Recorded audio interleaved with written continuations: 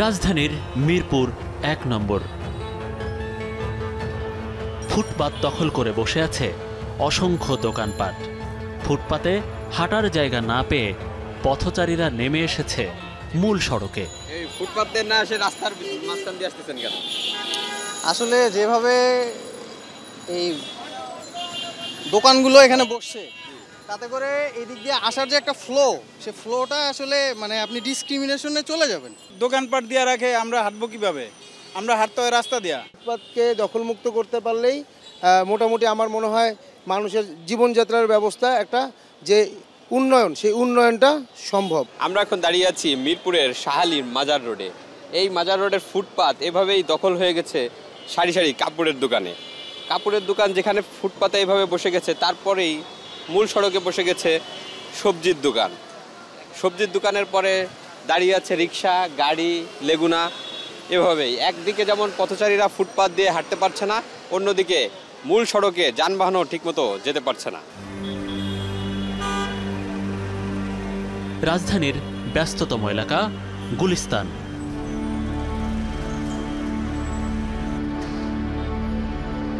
গুলিস্তানের এই সড়কটিতে যান চলাচল বন্ধ করে বসানো হয়েছে দোকানপাট। এসব কারণে রাজধানী যেন এখন যানজটের নগরী। এক জায়গাতেই দীর্ঘ সময় থমকে থাকে গাড়ির চাকা।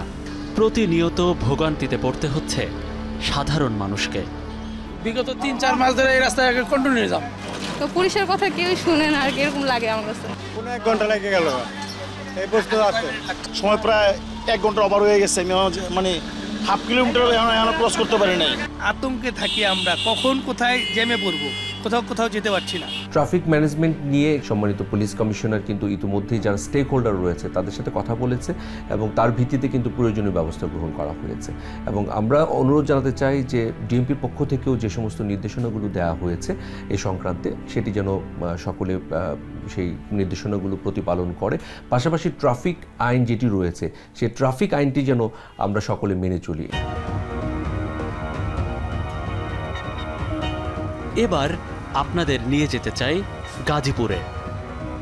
গাজীপুরের সালনা এলাকা, ঢাকা ময়মনসিংহের মহাসড়ক। আইন অনুযায়ী মহাসড়কের দুই পাশে 10 মিটারের মধ্যে কোনো বাজার, দোকানপাট, স্থাপনা বসানো নিষিদ্ধ। কিন্তু এখানে আইনের তোয়াক্কা না করেই মহাসড়কের উপর বসে গেছে বাজারঘাট।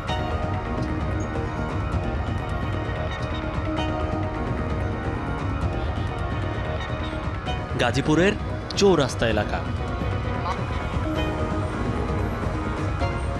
এখানেও মহাসড়ক দখল করে বসে গেছে দোকানপাট। যত্রতত্র দাঁড়িয়ে আছে যানবাহন। আমরা এখন অবস্থান করছি ঢাকা ময়মনসিংহ মহাসড়কে। একদিকে যেমন বাসগুলো আসছে, আরেকদিকে রাস্তা এবং ফুটপাত দখল করে বসে গেছে দোকানপাট। দোকান আমরা মাঝে মাঝে করার পরে যখন সমস্যা চলে যায়, কি সমস্যা হয়? মানে গাড়িগুলো যখন চাপ বাড়ে তখন আমরা ছড়ে যাই।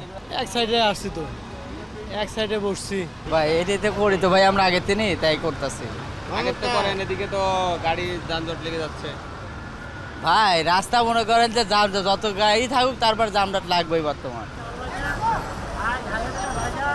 একটি মাত্র বাস সামনে দাঁড়িয়ে আছে, এটির জন্যই পিছনে অনেক লম্বা লাইন লেগে গেছে বাসের এবং রীতিমতো যানজট পড়ে গেছে। হ্যাঁ, আপনি এখানে দাঁড়িয়েছেন কেন? পুরো তো যানজট লাগাইতেছেন পিছনে।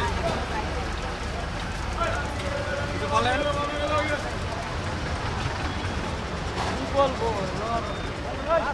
ঢাকা ময়মনসিংহ হাইওয়েতে যেন কোনো ধরনের ফুটপাতে কোনো ধরনের দোকানপাট বসতে না পারে, এই জন্য আমাদের ট্রাফিক বিভাগ, আমাদের ক্রাইম ডিভিশন, আমরা সকলে একযোগে কাজ করি যেন ফুটপাতে কোনো হকার বসতে না পারে।